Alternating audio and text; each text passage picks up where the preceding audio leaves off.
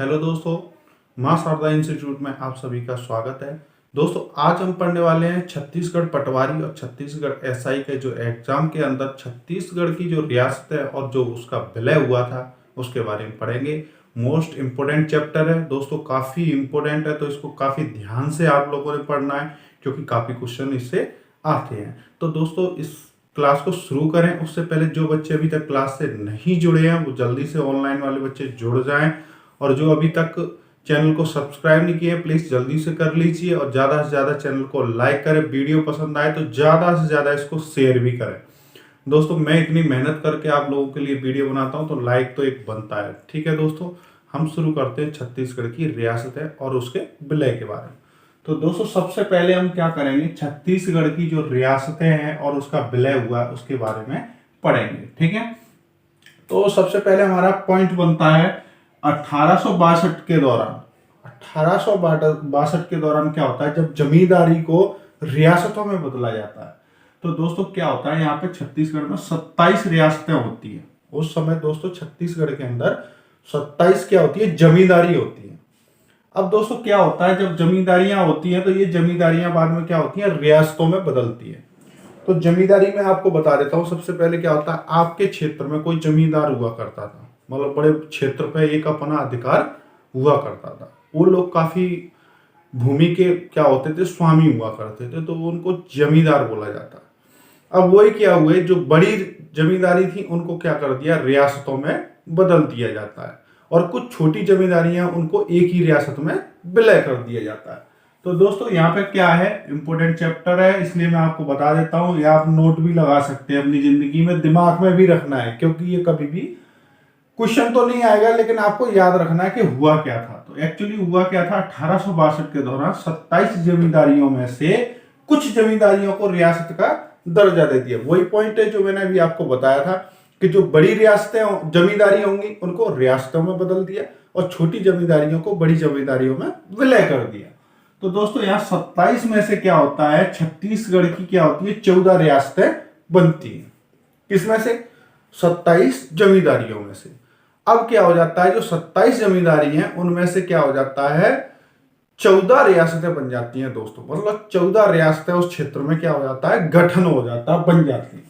अब हम पढ़ेंगे 14 रियासतें कौन कौन सी थी। तो सबसे पहले दोस्तों क्या करेंगे, हम 14 रियासतें तो बन गई लेकिन हम पढ़ेंगे सबसे पहले 9 रियासतों के बारे में। ठीक है, तो सबसे पहले बता देता हूं मैं आपको दोस्तों, बस्तर।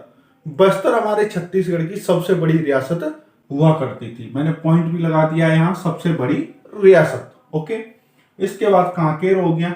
कांकेर के बारे में मैं आपको बता देता हूँ, आप लोग कभी जाएंगे छत्तीसगढ़ के घूमने के लिए, जगदलपुर की तरफ जाते हैं तो कांकेर एक घाटी पड़ती है, वही कांकेर है।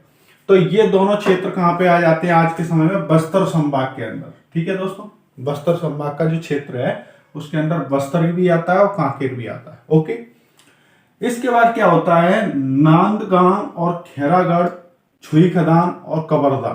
तो दोस्तों ये जो 4 रियासतें बनी थी, तो ये चारों रियासतें कहाँ हैं, दुर्ग संभाग के अंदर आती है। ठीक है दोस्तों, जो हमारा आज का दुर्ग संभाग है उस समय उसमें नंदगांव, खैरागढ़, छुई खदान और कवर्धा, ये जो 4 जगह हैं ये कहाँ आती हैं, अब दुर्ग संभाग के अंदर। क्योंकि दोस्तों अभी कितने हमारे छत्तीसगढ़ में, 5 संभाग हैं, 5 में से हमारा ये 3 संभागों के अंदर इनकी रियासतें आ रही हैं। अब क्या होता है दोस्तों, सबसे छोटी रियासत छत्तीसगढ़ की, तो वो आती है हमारी शक्ति सबसे छोटी रियासत है दोस्तों। 2 चीजें आप याद कर लेना, एक बस्तर सबसे बड़ी रियासत होगी और एक होगी शक्ति जो सबसे छोटी रियासत होगी। Okay, clear. इसके बाद है सारंगगढ़, उसके बाद रायगढ़, ये तीनों क्या होगी, बिलासपुर संभाग के अंदर दोस्तों आती है। ठीक है, क्लियर हो गया। तो ये क्या हो जाता हमारा, बिलासपुर संभाग के अंदर आती है। तो दोस्तों ये था हमारा जो 9 रियासतों के बारे में आपको पढ़ा रहा था वो था। अब हम पढ़ेंगे क्या, जो 14 रियासतें तो बनी थी लेकिन 9 रियासतें क्या है, उस समय छत्तीसगढ़ की जो थी वही की वही रही, लेकिन 5 रियासतों का क्या होता है, अदला बदली होती है। कब, 1905 के दौरान। तो दोस्तों 1905 के दौरान जब बंगाल में जो विभाजन की कार्रवाई चल रही थी उस समय क्या हुआ था, 5 रियासतों को छत्तीसगढ़ ने बंगाल को दे दिया था और 5 ही रियासत बंगाल से छत्तीसगढ़ ने ले ली थी। तो ली कौन सी थी? जो कोरबा सरगुजा वाला एरिया है हमारा, वो वाला क्षेत्र इन्होंने जसपुर वाला ले लिया था। तो दोस्तों इसके बाद क्या हो जाता है, ये 1905 के दौरान इसमें क्या 5 रियासतें मिला ली जाती है। कहां से मिलाई जाती है? छत्तीसगढ़ से, बंगाल से। तो दोस्तों कोरिया, चारपखार, सरगुजा, उदयपुर और जसपुर। तो दोस्तों ये जो क्षेत्र होता है, ये हमारा देख लीजिए इधर, जो मैं आपको एक मैप के द्वारा बता देता हूं। ये मान लीजिए, पूरा तो नहीं आएगा इस पर मैप, थोड़ा आपको आइडिया के तौर। तो ये वाला जो क्षेत्र है, ये हमारा क्या कर दिया जाता है, बंगाल से छत्तीसगढ़ में मिला दिया जाता है। जो इसकी रियासतें होती हैं वो मिला दी जाती हैं। इसके बाद दोस्तों क्या होता है, छत्तीसगढ़ से 1905 के दौरान, क्योंकि बंगाल विभाजन चल रहा था उस समय, तो 1905 के दौरान सीजी से क्या कर दिया जाता है, मतलब छत्तीसगढ़ से कुछ रियासतें हटा दी जाती है, संबलपुर वगैरह का क्षेत्र। तो ये क्या कर दिया जाता है, इसमें से कौन कौन सी 5 रियासतें हटाई जाती हैं, क्योंकि 5 ही ली हैं तो 5 ही हटाई जाएंगी, क्योंकि अदला बदली तो कुछ अपने ही सामान से होगी ना। जैसे पहले होता था गांव के अंदर, कुछ फसल के बदले में कुछ चीज ले ली जाती थी, मतलब कुछ वस्तु ले ली जाती थी। जैसे गांव में आपने देखा होगा कि गेहूं के बदले कुछ और चीज ले ली जाती थी, या मान लीजिए आप कोई और धान की फसल है, धान के बदले कुछ और खरीद लिया जाता था वस्तु। गांव में जो लोग बेचने वाले आते थे, सेल करने वाले, उनसे ले लेते थे। वैसे ही ये था, अब इनकी अदला बदली होगी दोस्तों, ठीक है। 5 रियासत किसको दे दी? छत्तीसगढ़ को दे दी। ठीक है बच्चों, समझ में आ रहा है आपको? जो चीज समझ में नहीं आती है कमेंट कर सकते हैं आप लोग, ठीक है। मैं आपको दोबारा से भी बताऊंगा। अगर आपको लगता है मेरी स्पीड ज्यादा है तो आप बोल सकते हैं, मैं थोड़ा आपको स्लो करके भी इसको समझा सकता हूं। ओके, तो ये हमारी 5 रियासतें क्या हो जाती हैं, ये हमारी रियासतें बंगाल से आके मिल जाती हैं, और ये 5 रियासतें क्या हो जाती हैं, बंगाल में चली जाती हैं छत्तीसगढ़ से। तो कौन कौन सी? कालाहांडी, पटना, रायखोल, बामरा और सोनपुर। दोस्तों ये जो 5 रियासतें होती हैं, ये जो क्षेत्र होता है, ये चला जाता है क्या, ये वाला क्षेत्र हमारा बंगाल के अंदर, मतलब मिला दिया जाता है, जो उस समय का बंगाल हुआ करता था उसके अंदर। ठीक है दोस्तों, इसके बाद क्या होता है, एक उस समय की जो छत्तीसगढ़ की भूगोल की स्थिति है। अब बच्चों ये तो क्लियर है ना, अगर कोई रियासतें अगर अदला बदली कर दी जाती हैं, मान लीजिए अभी आपके जिले हैं, 28 जिले हैं, अभी 33 जिले होने वाले हैं। अगर जिले बदल जाते हैं तो क्या होती है, भूगोल की स्थितियों में भी बदलाव होगा, क्योंकि क्षेत्रफल का भी फर्क पड़ेगा, अलग अलग जिले बन जाएंगे नए, तो अलग चीजों का फर्क पड़ेगा। तो जब ये क्षेत्र मिला दिया गया, ये क्षेत्र हटा दिया गया, तो इस छत्तीसगढ़ के अंदर क्या है, एक भूगोलिक जो परिस्थिति थी उसमें बहुत बड़ा बदलाव होता है। तो दोस्तों कोई भी हो चीज में अगर बदलाव कर दिया जाता है, मान लीजिए मेरा एक्सीडेंट हो जाता है और सपोज मान लीजिए मेरी कोई एक उंगली कट जाती है, तो मेरी एक उंगली अलग हो जाएगी, तो मेरी भी तो अलग ही पहचान हो जाएगी ना, कि एक उंगली कट गई। मान लीजिए एक आंख खराब हो जाती है मेरी एक्सीडेंट में, तो वो भी तो मेरे परिवर्तन ही आएगा ना मेरे शरीर के अंदर। तो वैसे ही दोस्तों क्या होता है, इसका कुछ हिस्सा हटा दिया जाता है, कुछ हिस्सा जोड़ दिया जाता है, मतलब एक ऑपरेशन कर दिया जाता है इस छत्तीसगढ़ का। क्लियर दोस्तों?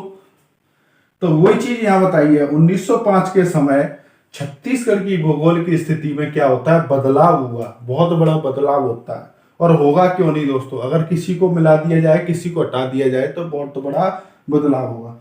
इसमें 5 रियासतों को क्या कर दिया जाता है, बंगाल से ले ली जाती है, किसमें, छत्तीसगढ़ के दौर में, और 5 रियासतों को क्या कर दिया जाता है, छत्तीसगढ़ से बंगाल को दे दी जाती है। ठीक है, तो वो तो क्लियर है, बदलाव होना ही था।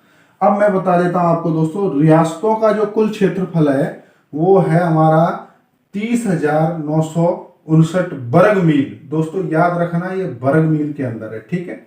इसको आप वर्ग किलोमीटर में भी बदल सकते हैं, लेकिन इसको जो हमारी सरकारी वेबसाइट है छत्तीसगढ़ की, उस पर वर्ग मील में बताया गया है। तो इंपोर्टेंट चैप्टर है, इसलिए मैंने ये क्वेश्चन भी मील में ही लिखा है, कि हो सकता है आपसे मील में पूछ लिया जाए। ठीक है, तो 30,959 वर्ग मील का जो क्षेत्रफल है, कौन सा क्षेत्रफल है, जो हमारी ये 14 रियासतें थी वो वाला क्षेत्रफल है। ठीक है, क्योंकि हम यहाँ पर रियासतों वाले कुल क्षेत्रफल की बात कर रहे हैं। इसके बाद दोस्तों यहाँ पे एक पॉइंट बता देता हूं, जो विलय होता है, क्योंकि अब दोस्तों क्या है, ये क्या था, हमारी जमींदारी से रियासतें बन चुकी थी। अब रियासतें तो बन गई, अब आ जाता है 1947 का समय और देश क्या होता है, आजाद होने का समय आ जाता है। जब देश आजाद होने का समय आता है दोस्तों, तो जो हमारे माउंट लुइस बेटन थे, उनका क्या होता है, एक फॉर्मूला आता है कि जो रियासतें भारत में विलय करना चाहती हैं वो भारत में विलय करें, और पाकिस्तान में करना चाहती हैं वो पाकिस्तान में विलय कर सकती हैं। तो दोस्तों कुछ रियासतें क्या हुई, अपने आप को स्वतंत्र रखना चाहती थी, स्वतंत्र घोषित करना चाहती थी। वो न पाकिस्तान में मिलना चाहती थी, न हिंदुस्तान में मिलना चाहती थी।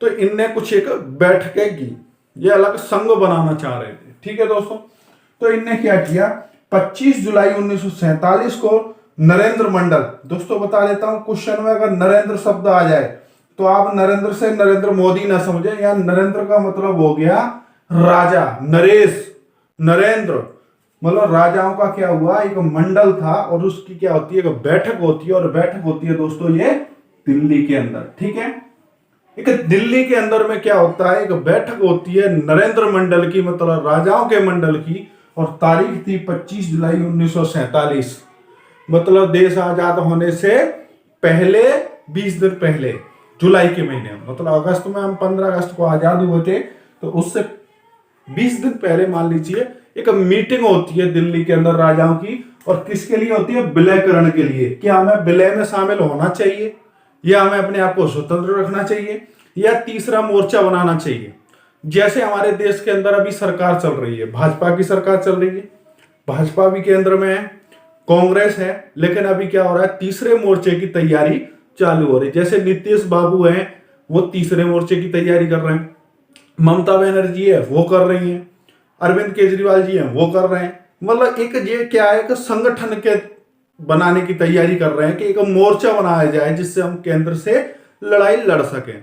तो वैसे ही दोस्तों क्या हुआ था, इन राजाओं ने मिलकर, जो उड़ीसा और छत्तीसगढ़ के राजा थे, इन्होंने क्या कर दिया था कि विलयकरण के लिए दिल्ली के अंदर 25 जुलाई 1947 के दिन दोस्तों एक मीटिंग की, और उस मीटिंग में क्या होता है, ये सभी लोग शामिल होते हैं। ठीक है, इसके बाद दोस्तों क्या होता है, इस मीटिंग में उड़ीसा छत्तीसगढ़ की रियासतों को मिलाकर पूर्वी रियासत संघ, दोस्तों याद रखना ये इंपोर्टेंट क्वेश्चन है। ठीक है, पूर्वी रियासत संघ, मैं अब आपको बता दूं ये क्या मतलब है।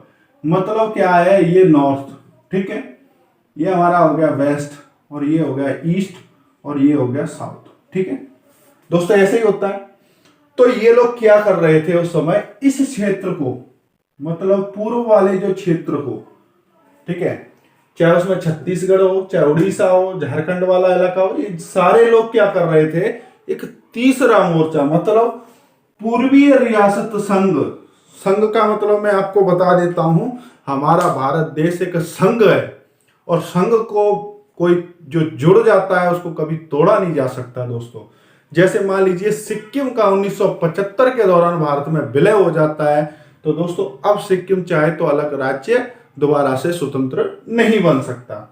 जैसे हमारा अंडमान निकोबार है, वो भी कभी जिंदगी भर भारत से अलग नहीं हो सकता, क्योंकि वो संघ है, भारत देश एक संघ है। ठीक है, तो संघ, ये लोग भी क्या कर रहे थे कि पूर्वीय रियासत, मतलब इधर की एक रियासत को क्या कर रहे थे, एक संघ बना रहे थे, मतलब एक देश बना रहे थे, अपने आप को एक राज्य बना रहे थे स्वतंत्र। तो दोस्तों ये एक मीटिंग होती है जिसका निर्माण करने के लिए एक संघ बनाना चाह रहे हैं, और दोस्तों क्या है, संघ का निर्माण कर दिया इन्होंने। ठीक है, इन लोगों ने क्या कर दिया, इसका निर्माण कर दिया, मतलब घोषणा कर दी कि हम एक पूर्वीय रियासत संघ का निर्माण करते हैं। तो दोस्तों ये काफी इंपोर्टेंट चैप्टर है, और मैं आपको और एक बार बता देता हूं कि छत्तीसगढ़ एसआई और पटवारी, आपका इसी से सारे क्वेश्चंस आने वाले हैं। जितने भी छत्तीसगढ़ रियासत और विलय से संबंधित क्वेश्चन होंगे, सारे इंपोर्टेंट क्वेश्चन लेके आया हूं। जितने भी छत्तीसगढ़ सरकारी वेबसाइट के ऊपर जितने भी क्वेश्चन है वो भी मैं आपके लिए लेके आता हूं, और काफी इंपोर्टेंट होते हैं। मैं इतना जोर देता हूं आपको, जो भी इंपोर्टेंट क्वेश्चन होता है, जैसे मान लीजिए बच्चों इसकी डेटें हो गई, ये काफी इंपोर्टेंट है, ये सन हो गए, संख्याएं होगी रियासत की, ये आप याद रखना। 1862 का समय था जब जमींदारियों को क्या कर दिया था, रियासत में बदल दिया था। दोस्तों ये काफी इंपोर्टेंट चैप्टर है। कल हम फिर इसी समय आपसे फिर मुलाकात करेंगे, कल शाम को 4 बजे, जो हमारा छत्तीसगढ़ एसआई और पटवारी का स्पेशल बैच है दोस्तों। इसी पे हम दोबारा से फिर से मुलाकात करेंगे। और जो भी बच्चे एडमिशन लेना चाहते हैं वो जल्दी से जल्दी ले सकते हैं। एडमिशन फीस मात्र मात्र मात्र 51 रुपए रखी गई है। जो भी बच्चे इससे जुड़ना चाहते हैं वो तत्काल अपना रजिस्ट्रेशन करा लीजिए। वेबसाइट भी मैं आपको इसमें डिस्क्रिप्शन में दे देता हूं। और हमारे चैनल का नाम है Maa Sharda institute by Arvind sir करके, आप सब्सक्राइब कर सकते हैं दोस्तों। ज्यादा से ज्यादा सब्सक्राइबर बढ़ाइए और मैं आपके लिए इस प्रकार से बढ़िया बढ़िया चैप्टर लेके आऊंगा ताकि आप सभी का सिलेक्शन जल्दी से हो जाए। दोस्तों मेरी यही इच्छा है कि आप सभी पढ़ सके, जो भी गरीब घर से बच्चा हो चाहे पैसे वाले घर से हो, मैं शिक्षा सभी को फ्री में देना चाहता हूँ। ठीक है बच्चों, क्योंकि 51 रुपए कोई ज्यादा नहीं है, मेरा इंटरनेट का भी इतना खर्चा होता है, सब कुछ होता है, लेकिन मैं चाहता हूं कि आप सभी तक मेरी पूरी की पूरी जितनी मेहनत है, उस जितनी ताकत लगाता हूं वो आप तक पहुंच सके। दोस्तों मैं आपको आज भी बता देता हूं, काफी इंपोर्टेंट ये चैप्टर था, काफी क्वेश्चन इससे आते हैं। तो जो बच्चे इसको या तो इसका वीडियो डाउनलोड कर लीजिए यूट्यूब पर जाके और इसको जितनी बार देख सकते हैं देख लीजिए, नोट्स बना सकते हैं नोट्स बनाइए। आपको पीडीएफ चाहिए तो मैं पीडीएफ भी आपको प्रोवाइड करा दूंगा। पीडीएफ जैसे आप चाहेंगे वैसी पीडीएफ आपको प्रोवाइड करा दी जाएगी। ठीक है दोस्तों, कल इसी समय फिर से मिलेंगे, तब तक के लिए जय हिंद दोस्तों।